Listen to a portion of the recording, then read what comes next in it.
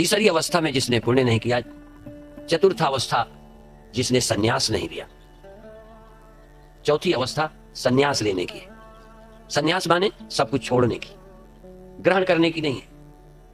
बचपन ग्रहण करने का है, जवानी कुछ पाने की है, वानप्रस्थ भी कुछ भावनाएं विश्वास करने का है, पुण्य करने का है। सन्यास पुण्य भी करने का नहीं है। सन्यास कुछ पाने का नहीं है, सन्यास तो छोड़ने का नाम।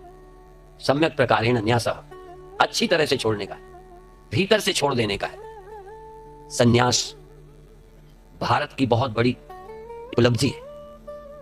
हमसे कुछ छीना जाए, क्यों ना हम छोड़ दें। किसी संत से हमने सुना कि भाई इस्तीफा देना ठीक होता है, बर्खास्त होना ठीक नहीं होता। छोड़ना तो सब पड़ेगा ही। प्रकृति तुमसे सब कुछ छीन लेगी, देह छीन लेगी, इंद्रियां छीन लेगी, परिवार छीन लेगी, धन दौलत छीन लेगी, कुछ भी एक दिन का भी तुम्हारे साथ जाने वाला नहीं है। तो इतना समझ के भी तुम थोड़ा पहले क्यों ना छोड़ो। 10 दिन पहले, 10 महीने पहले, 10 वर्ष पहले उसकी तैयारी करो। क्या तैयारी? छोड़ने की। पाने की तैयारी नहीं। पाना क्या है? छोड़ दो, मुक्त हो गए। बंधे किसमें हो? कोई और कोई बांधे। मेरे गुरु भाई दृष्टांत देते थे कि एक किसान अपने बैल को पकड़े पकड़े जा रहा था। ये तो सीधा दिखाई देता है कि बैल को किसान पकड़े।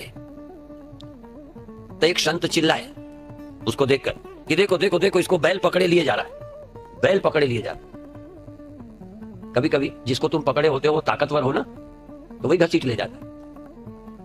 एक लड़का भैंस की रस्सी पकड़े, वो भैंस उसे लिए चली जाए, बच्चा उसके साथ। कभी कभी हमने बचपन में कुएं से पानी भरा है, तो पूरे लटक जाते थे, फिर एक हाथ से पकड़े, फिर ऐसे, और थोड़ा वजनदार होता तो हम ही चले जाते, बाल्टी को न छोड़े तो। तुमको जो भैंस और बैलों से कुएं से पुर चलाते थे, पानी लेते थे, यदि उसको कम ताकत वाले को पकड़ा दें रस्सा, तो पूरा ही उसे खींच के कुएं में ले जाएगा। ऐसे में एक ही उपाय है कुएं में गिरने से बचने का, कि तुम उसे छोड़ दो। ये तुम्हें मौत में गिरा दे, तुम्हें दुख में गिरा दे मन, तुम्हें और कुछ बना दे परिस्थितियां, इसके पहले इनको छोड़ दो। नहीं तो बिना गिरे बिना मरे रह नहीं सकते। यदि मरना नहीं है तो देह तुम छोड़ो, समझ से छोड़ो, क्योंकि शरीर यदि छोड़ेगा तो तुम मरोगे।